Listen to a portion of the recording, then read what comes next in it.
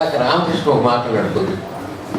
Ramakrishna design terms communist అమ్మేనండి అని చెల్లు గారు చేశారు. చాలామంది దాంట్లో ఉద్యమంలో ఉన్నారు. నిజంగా అచ్చు కమ్యూనిస్టులాగా బతికింది అమ్మేను. ఎప్పుడు వచ్చిన ఏమరకుండా ఎంతమందికైనా వండి పెట్టి ఆమె చేయి భోజనం తినే అవకాశం అదృష్టం నాకు కూడా కలిగింది. ఆమె అమ్మ కోసం ఇక్కడ పెట్టాడు. సాగర్ ట్రాన్స్ఫర్ ఇక్కడ ఉన్నాడు, అమ్మ దగ్గర ఉంటుంది. ఆమె చేత ఆవిష్కరించుకోవాలని కోరిక రామకృష్ణది, అది నెరవేరింది. ఈ పుస్తకం రావడానికి విశాఖ మిత్రులు, విజయనగర మిత్రులు చాలామంది ఉన్నారు, ఇక్కడ మిత్రులు ఉన్నారు. నేను అప్పుడప్పుడు నాకు డౌట్ అవుతుంది, నేను ఏ ప్రాంతం వాడినా నాకు అర్థం కాదు.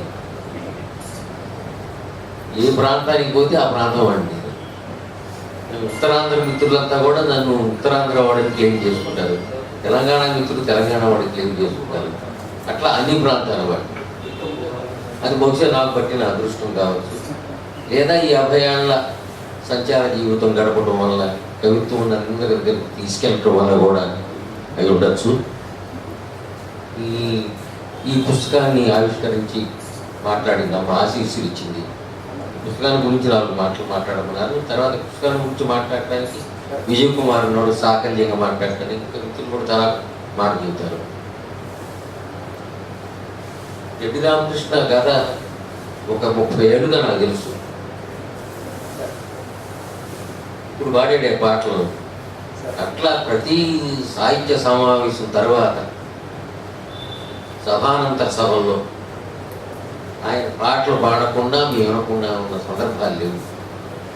ఈయన ఇంకా ఉత్తరాంధ్ర గాయకులంతా కూడా, రామినాయుడు ఉన్నాడు, వెలుగు రామినీయుడుగా ఆయన. అదొక పండగ. ఎక్కడ ఏ సభ జరిగినా విజయనగరం వాళ్ళు, పార్వతీపురం వాళ్ళు, శ్రీకాకుళం వాళ్ళు అందరూ చేరటం అనేది ఒక గొప్ప విశేషం. శ్రీకాకుళంలో జరగని, విజయనగరంలో జరగని, విశాఖపట్నంలో జరగని. అది నేను మంజీరా రచయితల సంఘం వాళ్ళ సభల్లో చూశాను. మంజీరా రచయితల సంఘం సభ మెదక్లో జరగని, లేకపోతే సిద్దిపేటలో జరగని, ఎక్కడైనా జరగని, లేకపోతే ఆ ప్రాంతంలో ఉండేవాళ్ళంతా కూడా అన్ని ప్రాంతాల వాళ్ళు ఆ సభకు దాన్ని దిగ్విజయం చేసేవాళ్ళు.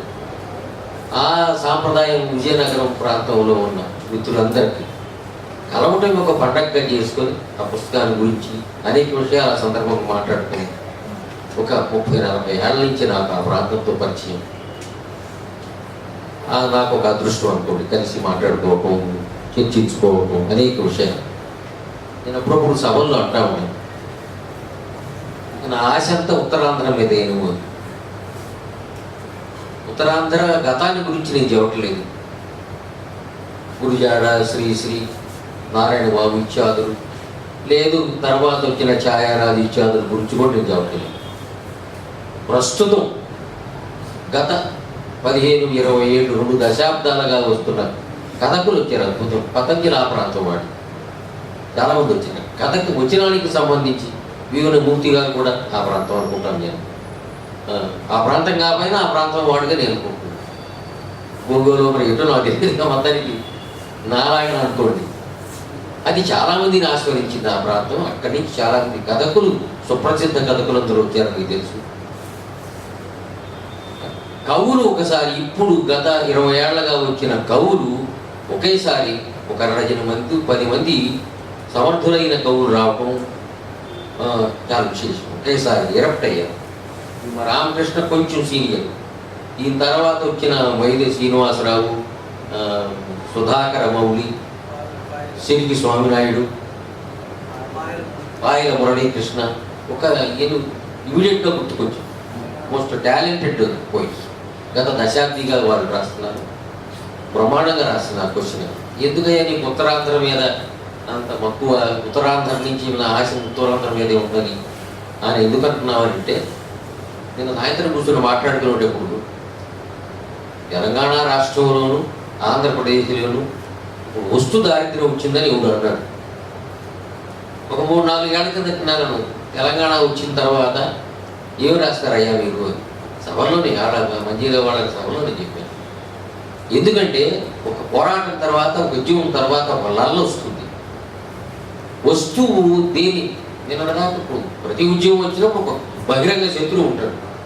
విప్లవ కవిత్వం వచ్చినప్పుడు బహిరంగ శత్రువు ఉంటాడు. క్యాపిటలిస్టో లేకపోతే దోపిడీదారుడు లేకపోతే భూస్వామి ఎవడో ఉంటాడు, వాడిని అట్రాక్ట్ చేసి మాట్లాడే. అట్లనే స్త్రీవాద ఉద్యమం వచ్చినప్పుడు పురుషుడు, పురుషాధికారం, ఆధిపత్యం మన బహిరంగ శత్రువు, వాడిని అట్రాక్ట్ చేస్తూ మాట్లాడేది. అంటే దళితవాదం వచ్చినప్పుడు కూడా కులము దాని ఆధిపత్యాన్ని గురించి ఖచ్చితంగా బోర్డు నిలబెట్టి మాట్లాడటం అనేది తొలి దశలో ఉంటుంది. అట్లనే ఉద్యమ నేపథ్యం నుంచి వచ్చిన తర్వాత ఆధిపత్యం, సాంస్కృతిక ఆధిపత్యాల గురించి, మరొక ఆధిపత్యాల గురించి మాట్లాడేటప్పుడు అది వస్తువు. గత 10 ఏళ్ళుగా దాని గురించి సుదీర్ఘంగా రాశారు బాగా. ఇప్పుడు దేని గురించి రాయాలి? అటు ఆంధ్రలో కానీ ఇటు తెలంగాణలో పెద్ద సమస్య. అందుకని రూపాన్ని గురించి ఎంత అన్వేషణ జరగాలో, ప్రతి 5 ఏళ్ళకి వస్తువు మారుతుంది అని ఇప్పుడు అనుకుంటున్నాం మనం. ఒకప్పుడు 10 ఏళ్ళు పెట్టేది, ఒకప్పుడు 20 ఏళ్ళు పెట్టేది, ఇప్పుడు 5 ఏళ్ళు. బహుశా ఇప్పుడు రాను 2-3 ఏళ్ళకే వస్తువు మారచ్చు. అనేక ప్రపంచవ్యాప్తంగా వచ్చిన మార్పులకు లోనవడం వల్ల కూడా రావచ్చు. అందుకని ఇప్పుడు వస్తువు దొరకడం చాలా కష్టమైంది. అందుకని ఒక ఫ్రిక్షన్ నడుస్తుంది తెలంగాణలో. మా ఆంజనేయ కుమార్ అని విజయవాడ ఉంటాడు కవి, ఆయన వచ్చాడు మాట్లాడుతుంటప్పుడు, ఏం లేదు సార్ అంత సప్పగా ఉంది ఆంధ్రప్రదేశ్, మాకు దేని గురించి రాయాలో తెలియట్లేదు, ఎవరు నోరు ఇప్పట్లేదు అన్నాడు. అంటే నేను ఆయన ఒక 100 మందికి ఏంటయ్యా వీరతాళ్ళు వేసాడు చంద్రబాబు, ఈయన ఒక 80 మందికో 60 మందికి వేసాడు వీరతాళ్ళు. ఇంకేం మాట్లాడతారయ్యా? మాట్లాడటానికి ఎవడు లేస్తే ఇంకొక సంవత్సరం టైం ఇవ్వరాని మనం అనొచ్చు. అరే ఇప్పుడే కదయా అమరావతిని రాని దాని గురించి మాట్లాడదామని అనొచ్చు. అదే కారణాలు. అందుకని ఇప్పుడు ముఖ్యంగా అన్వేషించేది ఏంటి? దేని గురించి రాయాలి, ఏ వస్తువుల గురించి. గ్లోబలైజేషను, మార్కెటీకరణ ఇవన్నీ కూడా జరిగిన తర్వాత పైన తాగుడికి జీవితం అల్లకల్లలో ఉండడం దగ్గర నుంచి లోనకి సింక్ అయిన తర్వాత, కుటుంబంలోకి సింక్ అయిన తర్వాత, వ్యక్తులు మధ్య సింక్ అయిన తర్వాత, వ్యక్తి లోపల విధ్వంసం జరిగిన తర్వాత కథలు వచ్చినాయి. ఆ స్థితిని వర్ణిస్తుంది కవిత్వం వచ్చింది. అంటే ఒక ఉద్యమం, ఒక వాదం లేదా ఒక ప్రాంత భావజాలానికి సంబంధించి లోతులకు వెళ్ళే కొద్దికి వస్తు విస్తృతి జరుగుతుంది. అది 2వ దశలోకి వస్తుంది. చూద్దాం ఇంకొక సంవత్సరం తర్వాత ఆంధ్రప్రదేశ్ నుంచి ఏ వస్తువులు వస్తాయి, తెలంగాణ నుంచి ఏ వస్తువులు వస్తాయి, ఎవరు మాట్లాడాల్సిన వాళ్ళు మాట్లాడతారో, మాట్లాడకపోయిన వాళ్ళు మాట్లాడతారో చూద్దాం. అవన్నీ ఇంకొంచెం లెటర్స్ వెయిట్ అన్నట్టు ధోరణిలో ఉన్నారు కవులు, రచయితలు. కానీ కథల్లో అంతర్లీనంగా కవిత్వంలో సమర్థులైన వాడు, సాధించేవాడు పట్టుకుంటున్నాడు. ఆ రాబోయే సంచలనాన్ని, కదలికలను పట్టుకొని చెబుతున్నాను. ఆ ప్రాంతంగా ఈ ప్రాంతం కావచ్చు. అందుకని నేను ఒక వాక్యం, one enters time through place, one enters time through place. Geographical conditions ద్వారా నువ్వు కాలంలోకి ప్రవేశిస్తావు అన్నాడు. కాలం చాలా ప్రధాన వస్తువు కదా, అట్లనే ప్రాంతం ప్రధానం అవుతుంది కదా. ఆ ప్రాంతానికి ఉన్నటువంటి నైసర్గిక స్వరూపాలు, భౌగోళిక స్వరూపాలు ప్రధానం అవుతాయి. ఆ ప్రాంతపు భాష అలా నిర్మాణం అవడానికి, ఆ ప్రాంతపు కవిత్వ పరిభాష ఆ రకంగా నిర్మాణం అవడానికి, ఆ ప్రాంతానికే చెందినటువంటి, ఆ ప్రాంతానికే ముఖ్యమైనటువంటి అంశాలు చాలా ఉంటాయి. ఒక ప్రాంతం నుంచి వచ్చిన కవిత్వాన్ని ఇంకో ప్రాంతం నుంచి కవిత్వంతో పోల్చి చూడండి. ఒక ప్రాంతం నుంచి వచ్చిన జిల్లాల కవిత్వాన్ని పోల్చి చూడండి, మీకు అర్థమవుతుంది. అంటే ప్రతి ప్రాంతానికి దానిదైన ప్రత్యేక భౌగోళిక స్వరూపం ఉంది. ఆ భౌగోళిక స్వరూపం వెనుకమాల సాంస్కృతిక నేపథ్యాలు ఉంటాయి. ఆ భాష అక్కడి నుంచి వస్తుంది. అందుకని మీ యాసలు కానీ డైరెక్టర్ కూడా అక్కడి నుంచి వస్తుంది. ఈ రెండింటిని దృష్టిలో పెట్టుకున్నప్పుడు one enters time through place అని, స్పేస్ కాదు ప్లేస్ అన్నట్టు. ప్లేస్ అంటే జియోగ్రాఫికల్ కండిషన్స్ ఒక మనిషి ఉనికికి సంబంధించి, ఒక జాతి ఉనికికి సంబంధించి, ఆ ప్రాంతం ఉనికికి సంబంధించి. రామకృష్ణ కవిత్వంలో ఇది లేకుండా ఏమి ఉండదు. ఎవరికైనా సరే దానికి సబ్జెక్ట్ అవుతుంది. రామకృష్ణ గత 20-30 ఏళ్ళ నేను పరిచయం చేస్తున్నాను, చూస్తున్నాను. 2 దీర్ఘ కవితలు రాశాను. పిన్నల గొట్టి ముక్క మొదలది, 2ది పిన్నలి గారు కవితా సంపుటి, గొట్టి ముక్క లాంగ్ పోయి రాశాను. నేను మొట్టమొదటి కవితా సంపుటి వేసిన వాళ్ళకి చెప్పేది ఏంటంటే, లాంగ్ పోయి ఎత్తుకుంటాయా, లాంగ్ పోయి వేస్తే మీ శక్తి సామర్థ్యాలు మీకు అర్థమవుతాయి, తెలుస్తుంది. అన్నిటికంటే ముఖ్యంగా మీ పరిమితులు మీకు అర్థమవుతాయి. అందుకని పోయినట్టు పెట్టంటే లాంగ్ పోయమని నేను కొత్త కవితలకు వచ్చిన మిత్రులు చెబుతూ ఉంటారు. ముందు లాంగ్ పోయింది ఎత్తుకున్నాడు రామకృష్ణ, తర్వాత కవిత చేశాడు, తర్వాత మళ్ళీ ఒక లాంగ్ పోయి సముద్రం, అది లాంగ్ పోయింది, దాని హిందీలో కూడా వచ్చింది.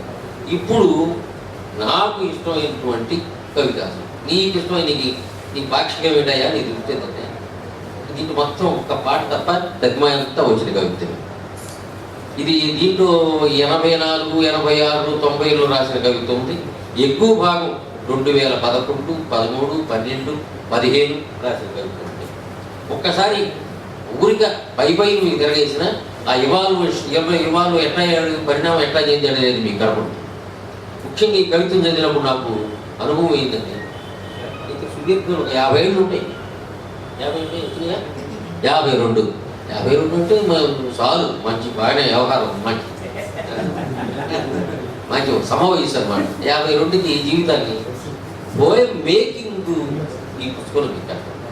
ముఖ్యంగా ఈయన మరి లఘు కృతులేవి రాయలేదు, ఏదో వామన కవిత్వమే రాయలేదు, ఏదో నాయకులు కానీ రెక్కలు కానీ ఇటువంటివి రాసిన దాఖలాలు నాకు ఎక్కడ కనపడలేదు. కానీ ముగింపుల్లో, కవిత్వం ముగింపుల్లో బ్రహ్మాండ ఒడుపు ఉంది మనుషులు. ఇప్పుడు కవిత్వం రాయకపోయినా కూడా పరిణామం చెందుతాడని నా అనుభవం లేదు. కవిత్వం రాకుండా మనుషులు పరిణామం చెందే దశలో కవిత్వం రాసేవాడు పరిణామం చెందబెట్టుకుంటాడు. దృష్టి దాని పెడతారు కదా. ప్రతివాడికి అవతరాన్ని మెప్పించాలనే కోరిక ఉంటుంది కదా. మామూలుగా అవతరాడితో మనం మాట్లాడటం, డైలాగ్ చేస్తున్నాం, చేసేటప్పుడు వాడిని కన్విన్స్ చేయడానికి మనం మాట్లాడతాం.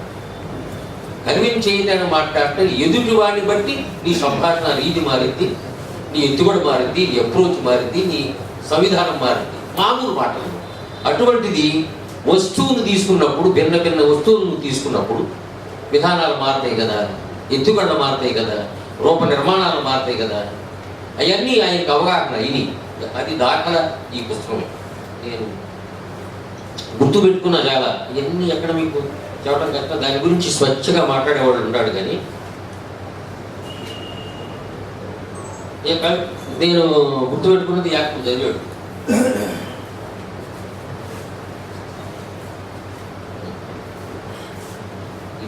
మైకు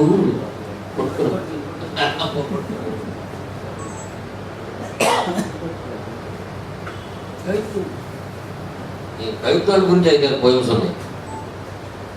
అదే కవిత్వాల గురించి 5 పోయమ్స్ ఉన్నాయి. ప్రతి కవి కూడా కవిత్వాల గురించి చెప్తూ ఉంటాడు. కవిత్వాల గురించి చెప్పుకునేటప్పుడు తన విధానం, తను అనుకున్నది, ఏది కవిత్వం అనుకుంటున్నాడు, తను ఎట్లా ఉంటే కవిత్వం అనుకుంటున్నాడు, అవన్నీ చెప్పుకుంటాడు. అసలు కవిత్వం మీద కవిత్వం అని ఒక పుస్తకం ఎవరు లేయచ్చు. లేదా ఒక ఆవిడ రాసింది, ఒక తీసేసి రాసింది, ఎంపీ తీసేసి కవిత్వంలో కవిత్వం ఎంపీ తీసేసి మంచి టాక్.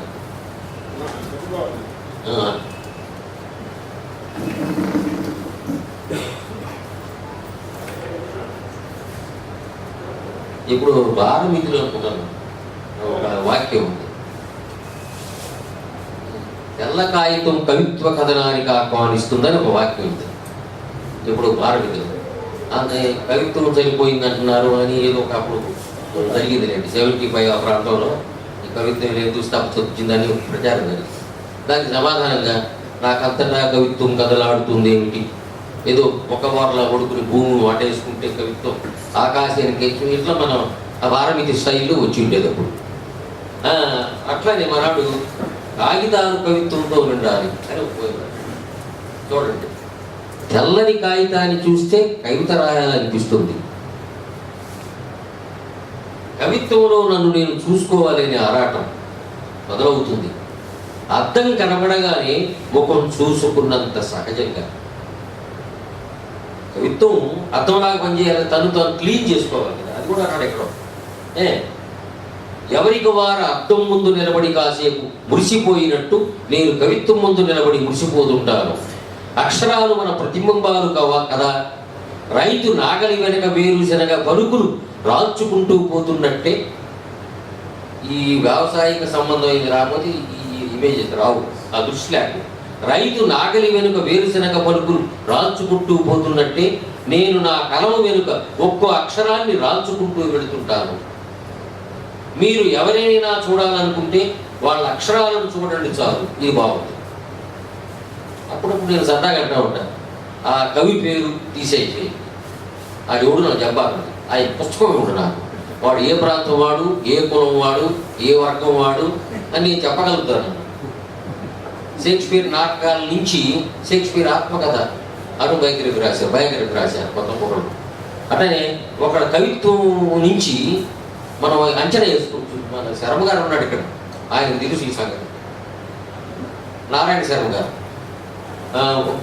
భాషే కదా, దీని నుంచి ఈ పుస్తకం ఇచ్చారనుకోండి, పుస్తకం కొంచెం లోతుగా 2 సార్లు జరిగితే ఆ పుస్తకంలో ఆ కవిత్వ భాషలో వాడి వర్గము, వాడి కులము, వాడి ప్రాంతము, వాడి పద నిర్మాణం లేదు, వాడి పరిభాష మొత్తం కూడా సింక్ అవుతుంది. ఆ ప్రాంతానికి నా కవిత్వం, నేను వ్యవసాయదారుని, వ్యవసాయ కుటుంబాల నుంచి వచ్చి అవడానికి మాచారాజు అంటాడు, శివారెడ్డి గారి కవిత్వం అయితే ఆ ఊరు వెళ్ళక్కర్లేదు అంటే అది చూడొచ్చు. అది నేను ఎట్లా కోపం ఉంటానికి వీల్లేదు.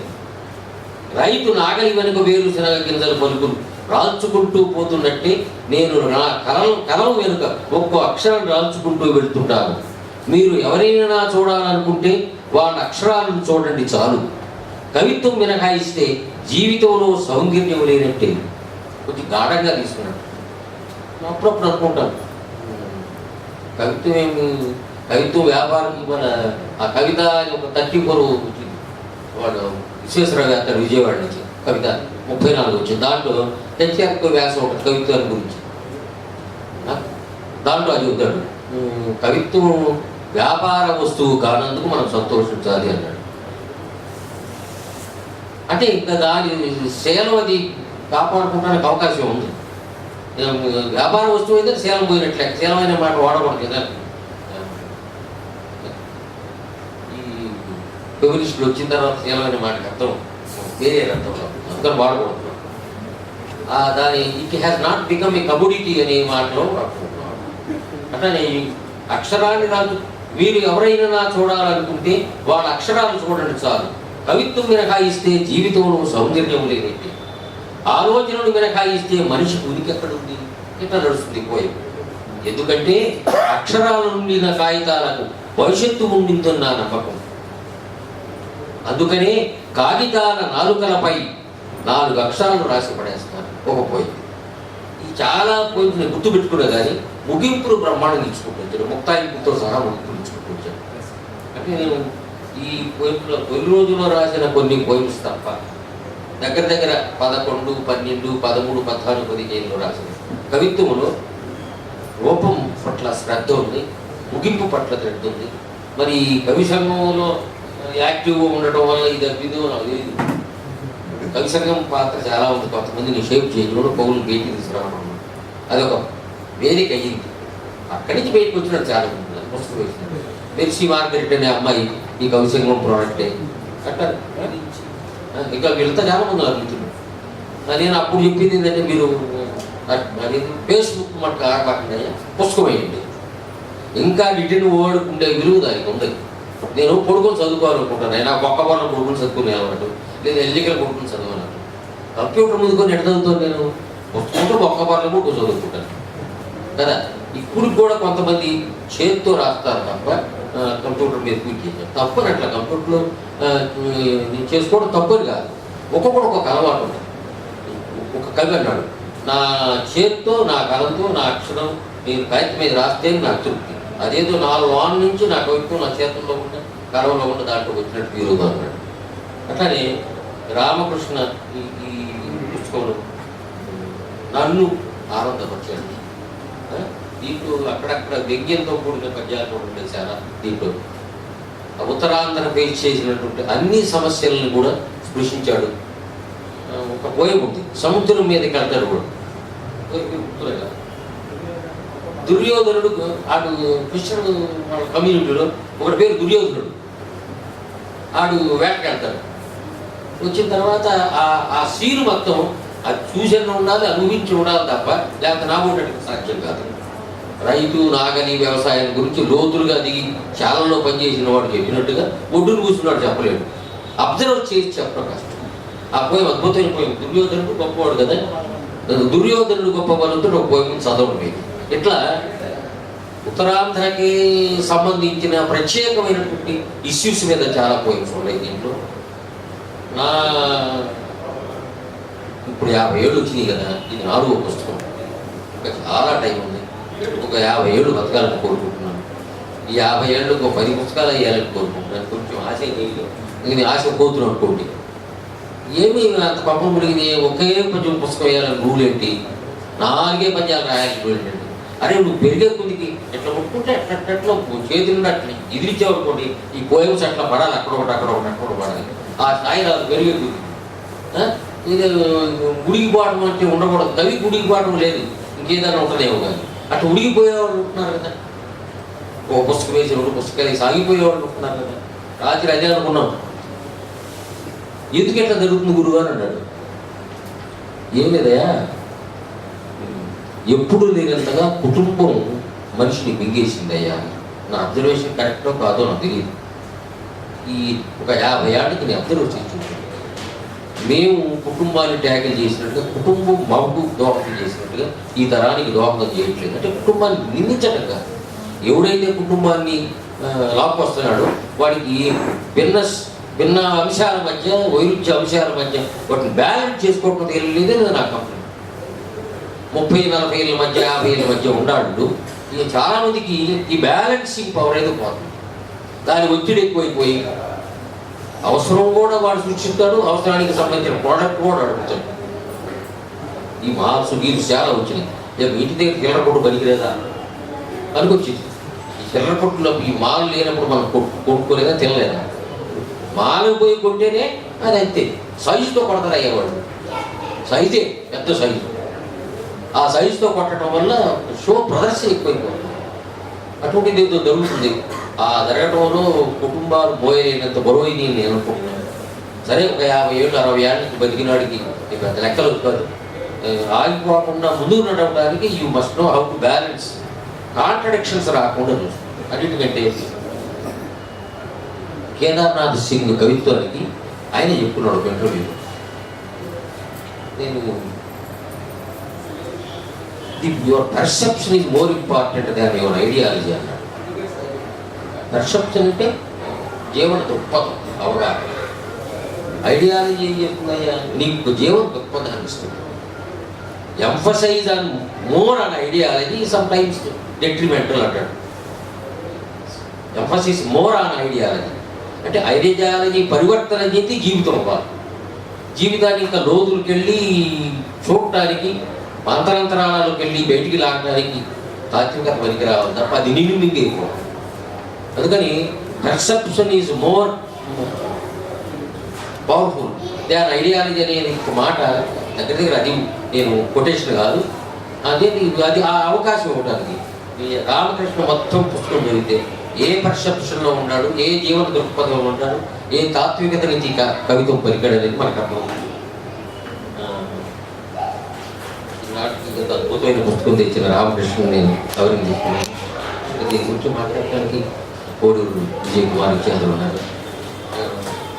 ఇంకా ఎన్నా టైం తీసుకోకుండా మళ్ళా 2 ఇయర్స్కి ఇంకొక పుస్తకం ఇంత పుస్తకం తేవాలని రామకృష్ణ కోరుకుంటున్నాను. ఆ వాతావరణం మిస్ కాకూడదు. నేను ఒక ప్రాంతంలో ఉన్నాడు, విజయనగరంలో మిత్రులు చెబుతారు చుట్టూ ఉండాలి. అరే నెలకు ఒకసారి ఒక 20 కోట్ల కలవటం పెట్టుకుంటాయా మీరు? ఆడు పార్వతీపురం నుంచి వస్తాడు, ఇంకో చోట నుంచి వస్తాడు. కూర్చొని కాసేపు మాట్లాడుకోండి, కొత్త పుస్తకం గురించి మాట్లాడుకోండి, పోయం గురించి మాట్లాడుకోండి. కలయికలు లేకపోవడం వల్ల కూడా మీరు చనిపోవడానికి ఆస్కారం ఉంది. నేను వీళ్ళకి కూడా చెప్పేది అంటే విశాఖపట్నంలో ఉన్నారనుకోండి, ఒక కంపెనీ, ఒక వాతావరణం, ఒక క్లైమేట్ ఏర్పడు. ఆ క్లైమేట్ ఏర్పడకపోవడం వల్ల కూడా రాయాల్సినంత రాయలేకపోతుంది. అది అన్ని ప్రాంతాల వాళ్ళకి వర్తించింది. దాంట్లో భాగంగా నేను నన్ను ఈ 4 ముక్కలు మాట్లాడటానికి ఇక్కడ విరిసి ఈ 4 ముక్కలు చెప్పే అవకాశం రామకృష్ణకి, ఈ యాకూబ్కి, విశాఖపట్నం మిత్రులందరికీ, ఇక్కడికి వచ్చినటువంటి అమ్మకి, అమ్మ చేతి కూతున్నాను నేను. అందరికీ ధన్యవాదాలు. నమస్కారం.